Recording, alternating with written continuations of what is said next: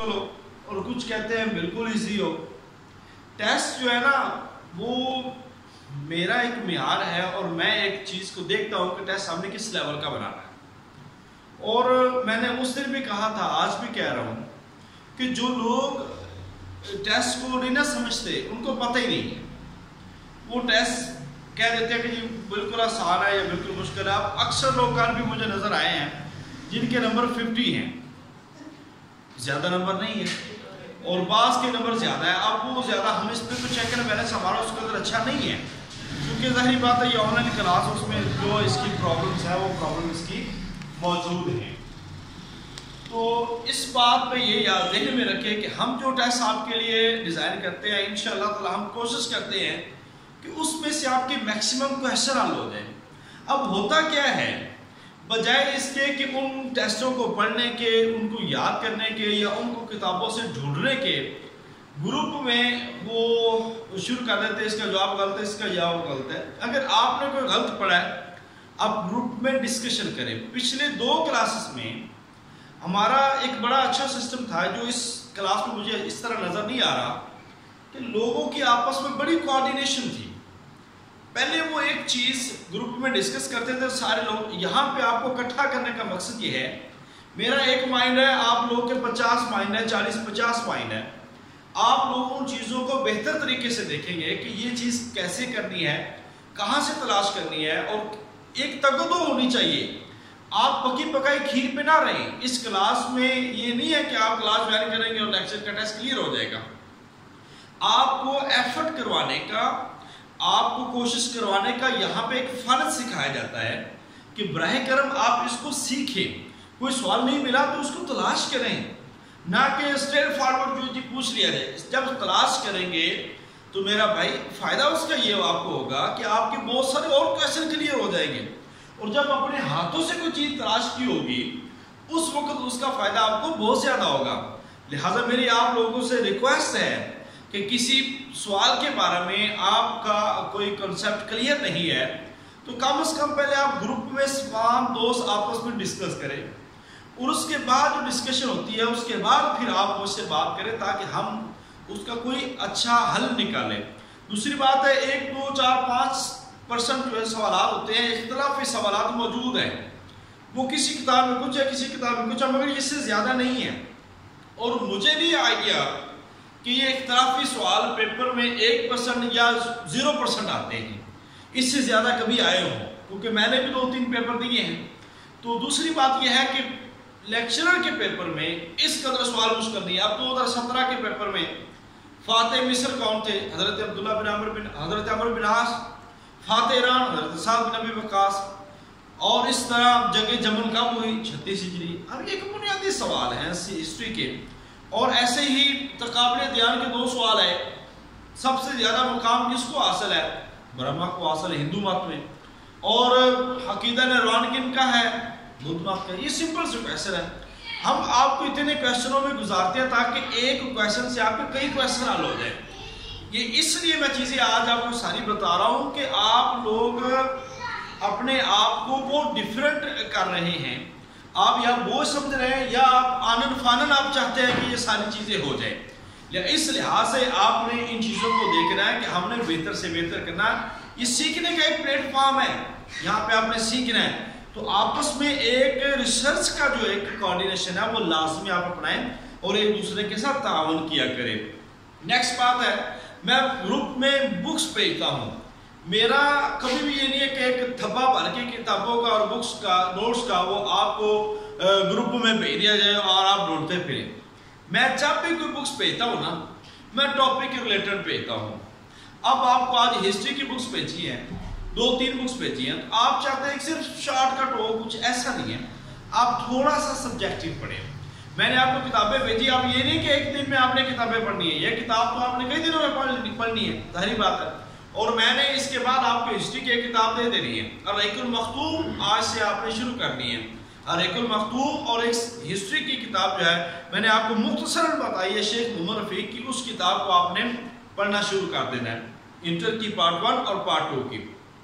تو یہ کتابیں بھیجنے کا مقصد ہوتا ہے کہ آپ کے علم میں ان کتابوں کو ایک ٹاپک ہے اور اس کو سرچ کرنا آسان ہو جائے. تو یہ سارے وہ مقاصد تھے، یہ ساری وہ باتیں تھیں جو آج آپ سے میں کرنا چاہتا تھا کہ براہ کرم ان چیزوں کو دیکھیں۔ آپ کے ٹیسٹ سیشن پہ بہت محنت ہوتی ہے، 1 گھنٹہ سے 1.5 گھنٹہ اکیلا کریکشن پہ لگتا ہے، پروف ریڈنگ پہ لگتا ہے، اس قدر ہم خیال سے دیکھتے ہیں، مگر اس کے باوجود بھی ہو سکتا ہے ممکن آپ میں بھی انسان ہے، کوئی ایک ایم سی کیو جو کمپوز کرنے والے کی طرف سے اس کا سٹیم تھوڑا سا کمزور رہ جاتا ہے، یا اس کی آنسر کی لائن پہ فٹ کرتے ہو کہ وہ کی کہیں اور پہ لگ جاتی ہے، پھر بھی میری کوشش اب یہ رہی ہے کہ اگر ایک تو ایم سی کیو اس میں ہے تو ہم اس کو اگلے دن چینج کریں تاکہ آپ کو صحیح چیز ملے۔ اللہ تعالیٰ آپ کو اور مجھے کامیاب فرمائے۔ کوئی بھی ڈسکشن ہو آپ اس سے کریں، کیونکہ ہم آپ کو پڑھانے کے لیے آپ پڑھنے کے لیے یہ کوارڈینیشن ہمارے اندر ہونی چاہیے، مگر آپ لوگوں نے ریسرچنگ کا جو میتھڈ ہے اس کو اپنانا ہے، کیونکہ واللہ اس سے آپ کو نالج آئے گا، اب زیادہ سے زیادہ آپ کی چیزیں پختہ ہوگی، آپ کا حافظہ مضبوط ہوگا، وہ سیکھنے کا بھی مضبوط ہوگا۔ اللہ تعالیٰ آپ کا حامی ناصر ہو۔ آئیے ہم بات کرتے ہیں مراتب الجرح، جرح اور تعدیل۔ جرح اور تعدیل کیا ہوتا ہے؟ علم جرح اور تعدیل وہ ہوتا ہے اس کا تعلق راویان حدیث کے ساتھ ہے۔ جرح کا مطلب زخمی کرنا، جرح لگانا، زخم لگانا، یعنی کہ راوی جو حدیث کے راوی ہیں ان کی ثقاہت کے بارے میں بیان کرنا، اور یا ان کے اندر جو شدید جرح ہے وہ بیان کرنا، یا ان کی تعدیل کرنا یعنی کہ ان کی موافقت کرنا، ان کے بارے میں اچھا ذہن بنانا، یا پھر ان کے بارے میں زخم لگانا یعنی کہ چھان پھٹک کرنا، یہ اصل میں ایک نالج ہوتا ہے۔ اب مراتب الجرح جو ہے اس کے جو شدید ترین جو جرح کا مرتبہ ہے، اس کے کئی مراتب ہیں، ویسے تو جو شدید ترین اس میں تفضیل کے سیغے سے ہوتی ہے۔ جب کسی کی جرح ہوتی ہے، راوی کے بارے میں کہا جاتا ہے کہ وہ راوی بڑا جھوٹا ہے، تو شدید ترین جب جرح ہوتی ہے نا وہ اس الفاظ کے ساتھ ہوتی ہے، اکذب الناس وہ اکذب الحدیث وہ اکذب الناس، وہ لوگوں میں سب سے زیادہ جھوٹا ہے۔ جیسے لفظ آتا ہے دجال، دجال بھی راوی کے لیے لفظ بولا جاتا ہے، وزاب بھی بولا جاتا ہے، کذاب بھی بولا جاتا ہے، یہ کہ جب ایسے الفاظ کے ساتھ جرح ہوگی دجال، وزاب، کذاب یا اکذب الناس، تو یہ شدید ترین جرح کہلائے گی۔ اور سب سے جو کم تر درجے کی جرح ہوتی ہے اس میں وہ الفاظ اس لیول کی استعمال نہیں ہوتے کہ اس میں شدت ہو، بلکہ اس میں بہت کمزوری ہوتی ہے، جیسا کہ ادنا مقال ہے، اس میں لفظ جس میں کمزوری کا اظہار کیا جاتا ہے، جیسا کہ لین ہے، لین نرم، فی ہی ادنا مقال، یہ الفاظ بولے جاتے ہیں، یعنی کہ یہ کمزور ترین جرح ہوتی ہے۔ یہ بات آپ کو سمجھ آگے ہوگی۔ اس کے علاوہ کرتے ہیں بات تعدیل کی، تو اس میں تفضیل یا مبالغے کے سیغے سے جو تعدیل کی جاتی ہے اسی سب سے زیادہ مضبوط ہوتی ہے۔ اس میں تفضیل اور مبالغے کا صیغہ جیسا کہ آپ کرتے ہیں نا ضرب یضرب ضربا، تو یہ اس میں تفضیل کا صیغہ ہوتا ہے، اکرم یکرم، مبالغہ آ گیا، ٹھیک ہے۔ تو مثلا اوثق الناس، جب اعلیٰ ترین کی جرح ہوتی ہے تو اس میں تفضیل یا مبالغے کے صیغے کے ساتھ ہوتی ہے، مثلا اوثق الناس، اثبت الناس۔ اور جب ادنا درجے کی جرح ہوتی ہے تو وہ اس میں جو لفظ بولا جاتا ہے شیخ، یروی، یہ الفاظ کے ساتھ جرح ہوتی ہے۔ اور ادنا سے جو درمیانہ درجہ ہوتا ہے وہ ثقہ، حافظ، یعنی کہ یہ اعلیٰ درجے کی طرف سب سے کمزور ترین جرح جو ہے وہ یہ والی جرح ہوتی ہے۔ تو آپ نے ان چیزوں کو ذہن میں رکھنا ہے کہ ان میں جرح و تعدیل جو ہے اس کا علم آپ کو پتہ ہونا چاہیے، اور اس کے بارے میں پیپر میں سوال جو ہے وہ بہت کم آئے گا۔ یہ سوال آپ کے اندر اگر کوئی حدیث کا سبجیکٹ آپ کو بتاتا ہے تو اس میں یہ سوال پوچھا جا سکتا ہے۔ اب ہم بات کرتے ہیں یہ اسماء و رجال، یہ کل بھی آپ نے کہا تھا اس کی کتابوں کے بارے میں لازمی سوال، پچھلے سال 2 سوال آئے، اسماء و رجال، یہ اہم ترین ٹاپک ہے حدیث کا اور آخری ٹاپک ہے۔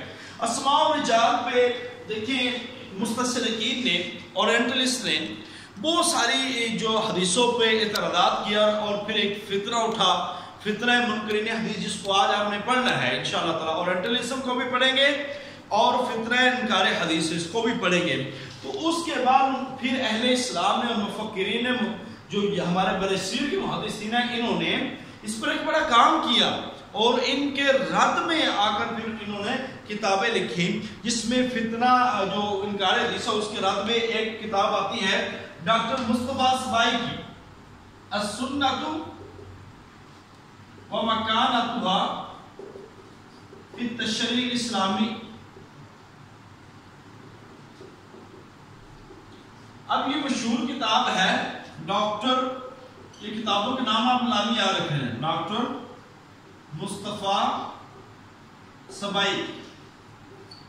اس کے بعد بات آتی ہے جی تدوین حدیث. یہ بار بار سوال آ چکا ہے پیپر میں. تدوین حدیث کس کی کتاب ہے؟ مناظر احسن گیلانی کی. یہ بھی اسی بات پہ ہے، مناظر احسن گیلانی. یہ ان کی حدیث حجیت حدیث پہ ہی کتاب آتی ہے. اس کے بعد نصرت الحدیث، یہ بھی اسی موضوع پہ آتی ہے نصرت الحدیث. اور یہ حبیب الرحمان کی، حبیب الرحمان یہ ان کی کتاب ہے جی، ایک اہم ترین. اس کے بعد ہے فتنہ پرویزیت اور حقیقت حدیث. فتنہ پرویزیت اور حقیقت حدیث. اب یہ منشی عبد الرحمان، مولوی منشی عبد الرحمان کی اہم ترین کتاب ہے. اور ایسے صورت رسول کی آئینی حیثیت یہ مولانا مودودی رحمۃ اللہ علیہ کی کتاب ہے. تو یہ تو وہ کتابیں تھیں اسماء الرجال جنہوں نے انکار حدیث کے حوالے سے کام کیا، اور جو منکرین حدیث ہے ان کو یہاں پہ اپنی کتابوں کے ذریعے سے ایک تفصیلاً جواب دیا ہے. یہ ان کتابوں کا، اس میں سے لاسٹ ٹائم 3 پیپروں میں 2 کتابیں پوچھی گئی تھی، اس لحاظ سے آپ نے ان کتابوں کو لازمی یاد رکھنا ہے. اسماء الرجال پہ ہم کل بھی بات کر چکے ہیں کہ راویان حدیث کے حالات و واقعات یا قواعد کا جاننا جو ہے وہ اسماء الرجال کہلاتا ہے. اس کے بارے میں ایک مستشرق ہے ڈاکٹر اسپرنگر، ڈاکٹر اسپرنگر. انہوں نے الاصابہ یہ اسماء الرجال پہ ایک کتاب ہے بڑی مشہور و معروف. اس کے مقدمہ میں لکھا ہے، یہ الفاظ لکھے، یہ الفاظ پہ آ سکتا ہے پیپر میں، کیونکہ کوئی قوم دنیا میں ایسی نہیں گزری آج تک جس نے مسلمانوں کی طرح اسماء الرجال کا ایک عظیم فن ایجاد کیا ہو، اور جس سے 5 لاکھ لوگوں کے حالات محفوظ ہو گئے. یعنی کہ اسماء الرجال کا جو فن ہے اس کے ذریعے سے اس قدر زیادہ 5 لاکھ جو راویان ہیں ان کے حالات و واقعات جو ہیں وہ محفوظ ہو چکے ہیں. تو اس پہ مختلف کتابیں لکھی گئی ہیں. اب ان کتابوں کا تعارف آپ کے سامنے پیش کرتے ہیں. سب سے پہلے تاریخ الروات. تاریخ الروات جو ہے یہ علامہ یحییٰ بن معین کی ہے. یحییٰ بن معین کی ایک کتاب ہے اور آپ کی وفات ہے 233 ہجری. اچھا یہ بھی یاد رکھنا ہے کہ یہ حروف تہجی کے اعتبار سے ہے. آج اس جگہ پہ لازمی یاد رکھیے گا کیونکہ 2017 کے پیپر میں اس طرح کے سوالات کافی آئے ہیں. حروف تہجی کے اعتبار سے تاریخ الروات. اس کے بعد آتی ہے تاریخ الکبیر. یہ بڑی مشہور و معروف ہے، امام بخاری رحمۃ اللہ علیہ کی. اسماء الرجال پہ ہے ابو عبداللہ، یعنی کہ امام بخاری ابو عبداللہ محمد بن اسماعیل بخاری، امام بخاری رحمۃ اللہ علیہ کی یہ کتاب ہے. اور حروف تہجی کے اعتبار سے اور عہد صحابہ سے اپنے بعد کے رجال کا اس میں ذکر کیا گیا ہے. یعنی کہ عہد صحابہ کی جو رجال ہیں راویان حدیث ہیں ان کا اس میں ذکر کیا گیا ہے. صحابہ کرام کے راویان کا ذکر اس میں موجود ہے. اس کے بعد کتاب الضعفاء والمتروکین.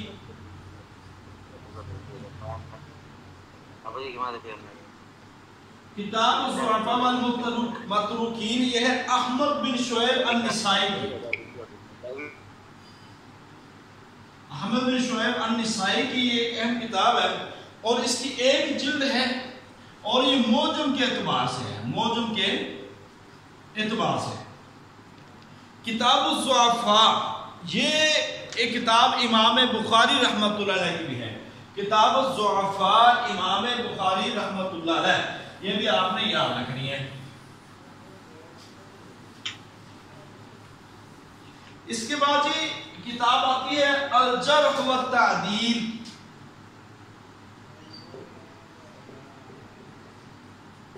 الجرح والتعدیل، اب یہ جو کتاب ہے ابی حاتم رازی کی، یہ یاد رکھ لیں کتابیں آنی ہیں، ابی حاتم رازی کی ایک اہم کتاب ہے، اور جرح تعدیل کے باب میں یہ مقدمین میں سب سے زیادہ پہلے کتاب سمجھی جاتی ہے، متقدمین میں سب سے پہلی کتاب سمجھی جاتی ہے، سب سے پہلی کتاب یہ سمجھی جاتی ہے، اور سب سے یہ جامع ہے، اور اس میں 18,050 حضرات کا ذکر ہے، حضرات کا ذکر اس میں موجود ہے 18,050، اور اس کی 9 جلدیں ہندوستان سے یہ کتاب شائع ہوئی ہے، 9 جلدیں اس کی موجود ہے، تو لہذا آپ نے صرف یہ یاد رکھنا ہے الجرح والتعدیل ابی حاتم رازی کی، اور متقدمین میں یہ سب سے پہلی ہے۔ اس کے بعد ہے جی الاستیعاب فی معرفت الاصحاب، استیعاب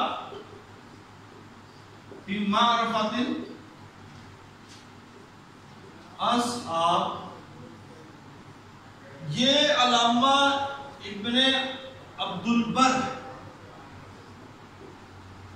علامہ ابن عبد البر کی یہ مشہور کتاب ہے، اور اس کے اندر یہ تراجم کی تعداد ہے 3500 ہے، اور یہ موجم کے اعتبار سے ہے، موجم کے اعتبار سے یہ کتاب موجود ہے جی۔ یہ آپ پڑھ رہے ہیں اسماء و رجال کی کتابیں، جرح و تعدیل کی کتابیں، ہم ان کا تعارف یہاں پر پڑھ رہے ہیں، کیونکہ ان کے بارے میں سوالات آتے ہیں، اور اندر سے سوالات نہیں آئیں گے، صرف یہی آتے ہیں کہ یہ کس کی ہے اور کس پہ، اور موجم کے اعتبار سے ہے یا رفع تہجی کے اعتبار سے ہے۔ اس کے بعد نام آتا ہے اسد الغابہ فی معرفت الصحابہ۔ اچھا، یہ انٹرویو میں بھی سوال آ جاتے ہیں کہ آپ جرح و تعدیل کے حوالے سے 3-4 کتابوں کا نام بتا دیں، تو یہ بھی سوال آ جاتے ہیں، لہذا آپ نے اس کے لیے بھی اپنے آپ کو تیار کرنا ہے۔ یہ ابن اسیر الجزری کی ہے، ابن اسیر الجزری کی، ابن اسیر الجزری کی یہ اہم کتاب ہے، اور یہ بھی حروف تہجی کے اعتبار سے ہے، حروف تہجی کے اعتبار سے اسد الغابہ فی معرفت الصحابہ، ابن اسیر الجزری حروف تہجی کے اعتبار سے ہے۔ اس کے بعد ایک مشہور و معروف کتاب ہے تذکرۃ الحفاظ، یہ تقریباً تمام لوگوں کو یاد ہوگی، یہ علامہ شمس الدین ذہبی کی ہے، شمس الدین ذہبی کی یہ کتاب ہے، اور اس کے اندر 1176 راوی ہیں، 1176 راوی ہیں، اور 36 شیوخ ہیں۔ یہ اتنی یاد کرنے والی بات بہرحال نہیں ہے، صرف اس کتاب کا نام یاد رکھنا ہے، اور یہ یاد رکھنا ہے کہ ترتیب پہلے صحابہ کرام، بعد میں تابعین، اور اس کے بعد تبع تابعین، یہ ترتیب اس میں یاد رکھنی ہے، پہلے صحابہ کرام، پھر تابعین، اور پھر تبع تابعین، یہ آپ نے ذہن میں رکھنا ہے۔ اس کے بعد کتاب آتی ہے جی، 2 کتابوں کا ذکر ابھی ہم کرنے جا رہے ہیں، وہ مزید، وہ کتاب اتنی اہم ہے کہ 2017 کے لیکچرر کے ٹیسٹ میں یہ کتاب آئی ہے، اور یہ اس وقت ایک مشکل سوال کی صورت میں تھی، کوئی آسان نہیں تھی، کہ تہذیب الکمال فی اسماء الرجال، یہ آپ نے یاد رکھنا ہے ان کتابوں کا، تہذیب الکمال فی اسماء الرجال۔ اب یہ کس کی کتاب ہے؟ یہ حافظ جمال الدین، حافظ جمال الدین المشہور عبد الرحمن مزی جی، ان کی مشہور معروف کتاب ہے حافظ جمال الدین ابو الحجاج یوسف بن عبد الرحمن المزی، یہ ان کی کتاب ہے تہذیب الکمال فی اسماء الرجال۔ یہ حافظ عبد المغنی کی کتاب الکمال کی تہذیب ہے. الکمال کی تہذیب ہے، یعنی کہ یہ کس کی تہذیب ہے؟ حافظ عبد المغنی کی جو کتاب ہے الکمال ہے. الکمال کی جو تہذیب ہے وہ یہ والی ہے. الکمال کی تہذیب وہ ہے تہذیب الکمال فی اسماء الرجال. یہ حافظ عبد المغنی کی کتاب تھی الکمال، اور اس کی تہذیب ہے تہذیب الکمال فی اسماء الرجال. اور حروف تہجی میں آخر پر اس کتاب میں عورتوں کے حوالے سے بھی، راویان کے حوالے سے ذکر ہے، عورتوں کے حوالے سے اس میں ذکر کیا گیا آخر پر. یہ آپ کو بات سمجھ آ گئی ہوگی، یہ بات سمجھنے والی تھی بس. اس کے بعد تہذیب التہذیب. تہذیب التہذیب جو ہے یہ آپ پڑھ کے بھی آئے ہیں، ابھی پیپر بھی ہو چکا ہے اس کا. تہذیب التہذیب جو ہے یہ ابن حجر عسقلانی رحمۃ اللہ علیہ کی ہے. ابن حجر عسقلانی رحمۃ اللہ علیہ کی یہ کتاب ہے، حافظ ابن حجر عسقلانی رحمۃ اللہ علیہ کی، اور یہ 6 جلدوں میں ہے. 6 جلدوں میں یہ کتاب ہے. آپ کو اسماء الرجال پہ آپ کو بہت زیادہ کام حافظ ابن حجر عسقلانی رحمۃ اللہ علیہ کا ملے گا، اور ان کی کتابیں بڑی مشہور و معروف ہیں، جس کے اندر انہوں نے مختلف راویان حدیث کو بڑی تفصیل سے بیان کیا ہوا ہے. اس کے بعد لسان المیزان بھی انہی کی ہے، اور ذکر میزان میں ہی انہی میں سے ہی ہے، یعنی کہ کچھ راوی جو رہ گئے تھے وہ اس کے اندر ذکر کیا گیا ہے. تو یہ تہذیب التہذیب ہے. ایک ہے میزان الاعتدال، یہ بھی آپ نے یاد رکھنا ہے. میزان الاعتدال جو ہے یہ علامہ ذہبی کی ہے. علامہ ذہبی رحمۃ اللہ علیہ کی میزان الاعتدال ہے. تو ان کتابوں کے حوالے سے آپ کو کبھی سوال آ سکتا ہے، اور یہ بھی حروف معجم کے اعتبار سے ہے. یہ بھی معجم کے اعتبار سے ہے، اور اس کی 4 جلدیں ہیں. 4 جلدیں علامہ ذہبی کی. کتابیں اور بھی ہیں، مگر جو مشہور و معروف ہیں، جن کے بارے میں سوالات آتے ہیں، وہ صرف یہی ہیں. نوٹس کے اندر یہ نہیں ہے کہ میں نے ساری کتابیں لکھ دی ہیں، میں اس کے اندر صرف امپورٹنٹ چیزوں کو لکھتا ہوں، باقی مزید کتابیں میں سینڈ کر دیتا ہوں. سوالات جو میکسیمم آپ کو آئیں گے وہ ان کتابوں کے حوالے سے آئیں گے، اور ان کتابوں کا آپ کو پتہ ہونا بہت ضروری ہے. ان کتابوں کو آپ نے خاص پڑھنا ہے، اور باقی کتابوں کو آپ نے عام پڑھنا ہے. تو کل آپ نے ایک اسائنمنٹ جو آپ کو دینے جا رہا ہوں میں، وہ آپ کی اسائنمنٹ یہی ہے کہ آپ نے تحریک استشراق اور منکرین حدیث پہ ایک صفحے کا ٹاپک، اس ٹاپک پہ آپ نے لکھنا ہے، مضمون لکھنا ہے. اور دوسرا 15 کتابیں، اسماء الرجال کی 15 کتابیں، اس میں 3 چیزیں آپ نے بیان کرنی ہیں. یہ یاد رکھ لیں، جو یہاں پہ میں آپ کو کام کروا رہا ہوں یہ ان لوگوں کا بڑے کام آئے گا، انٹرویو میں بھی، ٹیسٹ میں بھی، اور آئندہ فیوچر میں بھی. شور ہو رہا ہے بچے میں. یہ جو باتیں کر رہے ہیں پلیز اپنا مائک آف کر لیں. پوری کلاس ڈسٹرب ہوتی ہے آپ کے اس عمل سے. پلیز جو لوگ، برائے مہربانی میری درخواست ہے آپ سے کہ اپنے مائک کال بھی، مجھے 5 لوگوں نے اس کی کمپلین کی ہے کہ درمیان لیکچر لوگ بولتے رہتے ہیں. تو پلیز مہربانی کیجیے گا. اللہ تعالیٰ آپ کو جزائے خیر عطا فرمائے. تو جو اسائنمنٹ اصل میں دیتا ہوں اس کا مقصد یہ ہوتا ہے کہ آپ ان ٹاپک سے گزر جائیں، آپ ان ٹاپک کو کر لیں. اب جو لوگ کر لیتے ہیں نا، یقین جانیں مجھے بڑی خوشی ہوتی ہے. جو لوگ نہیں کرتے اور یہ سمجھتے ہیں کہ شاید اس کا فائدہ کوئی نہیں، ان کو فائدہ بعد میں پتہ چلے گا، کیونکہ جب انٹرویو میں سوال آتے ہیں نا تو پھر پتہ نہیں چلتا کہاں سے سوال ہوتے ہیں. مجھ سے 30 سے 32 سوال ہوئے تھے، 30 سے 32 سوال. یہ بھی ممکن ہے، اور آپ سے بھی سوال ایسے ہوں گے، ٹیسٹ میں ایسے سوال ہوں گے. تو جتنا ذخیرہ آپ کے پاس جمع ہوگا، یہ اسائنمنٹ ایک ہوتی ہے تو کم از کم اتنا کام آپ کر لیتے ہیں. میں ہر مضمون میں آپ کو ایک اسائنمنٹ دیتا جا رہا ہوں، کوشش کر رہا ہوں.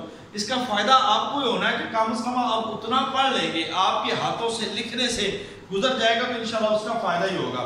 اب ہم نا کچھ کتابیں پڑھتے ہیں اہل تشیع کی، جو اسماء الرجال پہ موجود ہے. اب لاسٹ ٹائم 3 سوال جو ہیں یہ فقہ جعفریہ میں سے آئے تھے، 3 سوال. تو اہل تشیع کی 3 کتابیں، ان کا ہم ذکر کر لیتے ہیں. رجال کشی، یہ اسماء الرجال پہ ہے. رجال کشی ایک، دوسری کتاب ہے جی تنقیح المقال، تنقیح المقال، تیسری کتاب ہے جی رجال کشی دوسری، میں آپ کو مصنف میں بتاتا ہوں، چوتھی ہے جی رجال توسی، رجال توسی، ایسے ہے تہذیب الاحکام، اچھا جی رجال کشی جو ہے یہ مشہور و معروف کتاب ہے اہل کشی کی، ابو عمر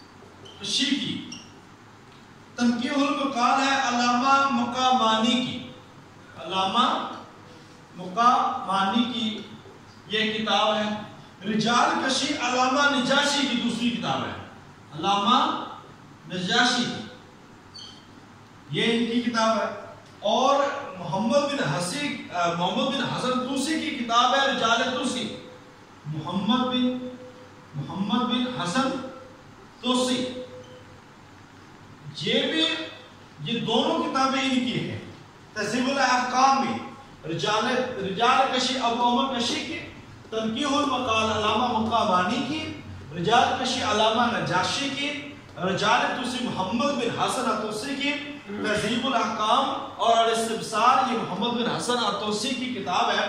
تو یہ جو اسماء الرجال پہ اہل تشریح کی کتابیں ہیں یہ مشہور و معروف ہے، تو آپ نے ان کو پڑھنا ہے۔ آج حدیث کے حوالے سے آپ کا جو لیکچر ہے وہ مکمل ہو چکا ہے۔ ابھی آپ کو جو میں نے ایک بات کہی تھی کہ ہمارے دوستوں نے بھی کہا تھا کہ سر جو ہم نے تحریک استشراق ہے اس کے بارے میں پڑھنا ہے، تو یہ ذرا غور سے سنتے جانا ہے کہ تحریک استشراق جو ہے یہ میں اپنے نوٹس پہ آج بڑی تفصیل سے یہ چیزیں یہاں پہ میں انشاءاللہ تعالیٰ آپ کے سامنے ڈسکس کرتا ہوں، یہ بات میں آپ کو میں شیئر بھی کر دوں گا۔ تو تحریک استشراق،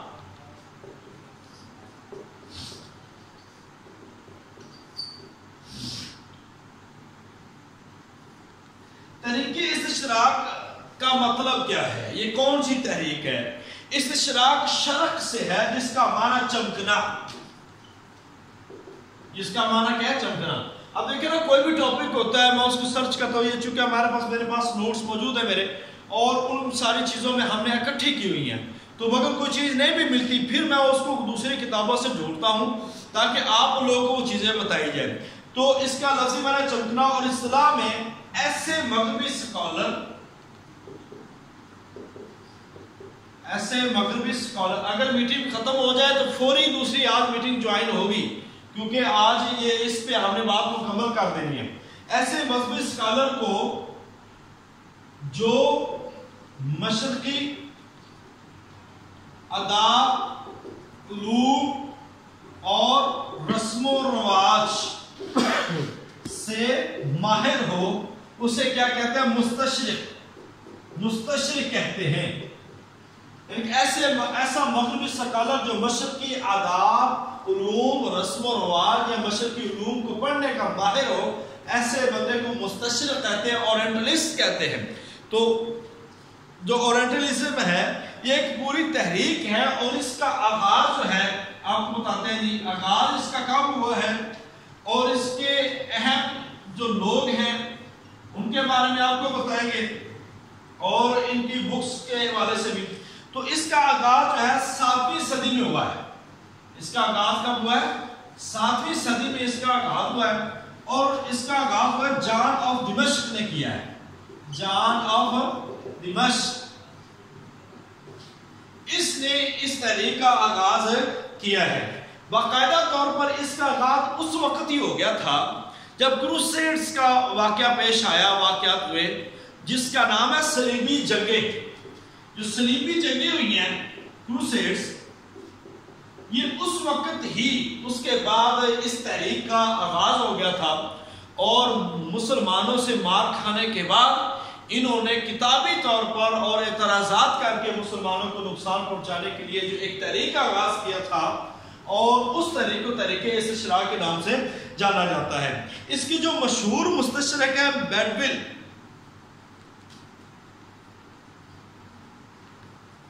بیڈویل ہیں، اس کو وڈویل بھی کہتے ہیں، اس کی ایک کتاب ہے محمد دا امپوسچر.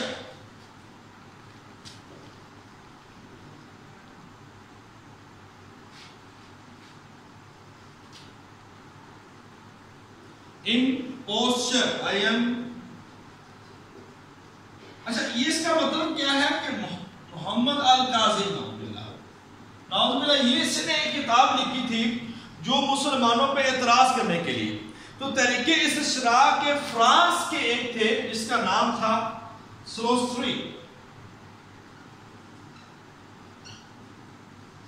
اس کا تعلق تھا فرانس سے. انہوں نے فرانس کے اندر اس کا آغاز کیا اور ایسے ہی یہ فرانس کے اندر آغاز کرنے والے ہیں 1657 سے 1738 کے درمیان. ٹھیک ہے، پر یہ یاد رکھنے والے نہیں، پر آپ کو ان کے بارے میں پتا ہو. اور ایسے برطانیہ کے تھے ایڈورڈ ولیم لین. انہوں نے 1801 سے آغاز کیا اور 1876 تک ان کا ہے. اور یہ دو لوگ ہیں ایڈورڈ ولیم لین.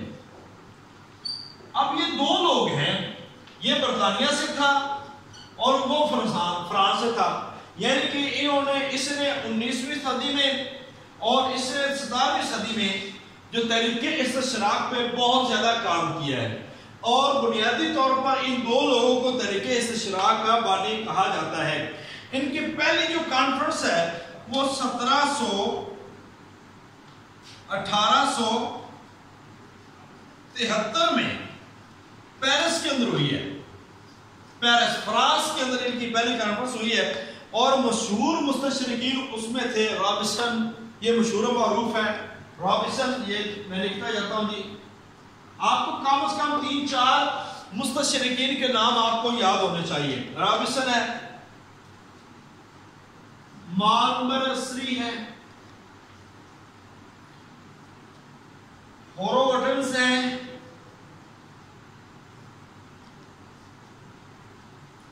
کیتانی ہیں، اسپرنگر ہیں اور گولز ہے. یہ مشہور و معروف جو ہے نا مستشرقین ہیں جن کا نام اس تحریک کے ساتھ جڑا ہوا ہے. تو اس حوالے سے جو پہلے تحریک چلانے والے ہوئے وہ اسلام کے خلاف سب سے پہلے تحریک چلانے والے ہوئے جان آف دمشق.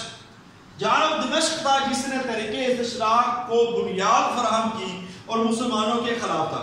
اور ڈاکٹر عبد الرحمن بدوی نے موسط المشرقین میں جو 150 سے زیادہ مستشرقین کے بارے میں معلومات بھی جمع کی.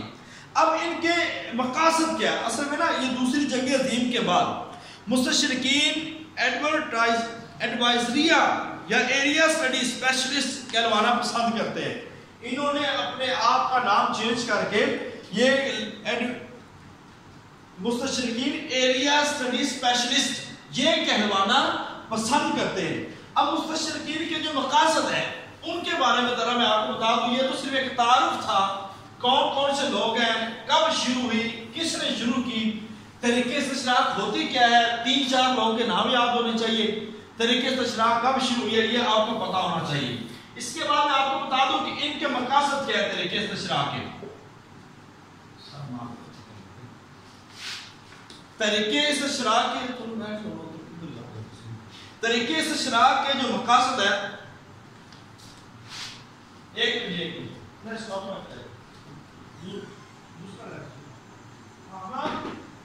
یہ ابھی بورڈ مارکر آدھے میں کلاس شروع کر رہا ہوں. شروع کی تھی نا. ہاں تحریک استشراق کے جو مقاصد ہے وہ بھی میں آپ کو بتا دیتا ہوں کیونکہ اس کے مقاصد کون سے ہیں. سب سے پہلے کہ اسلام کے خلاف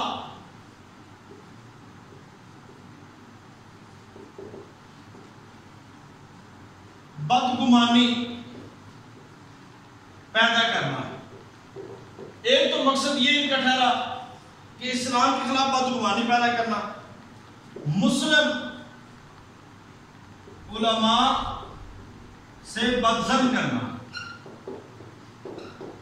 تیسرا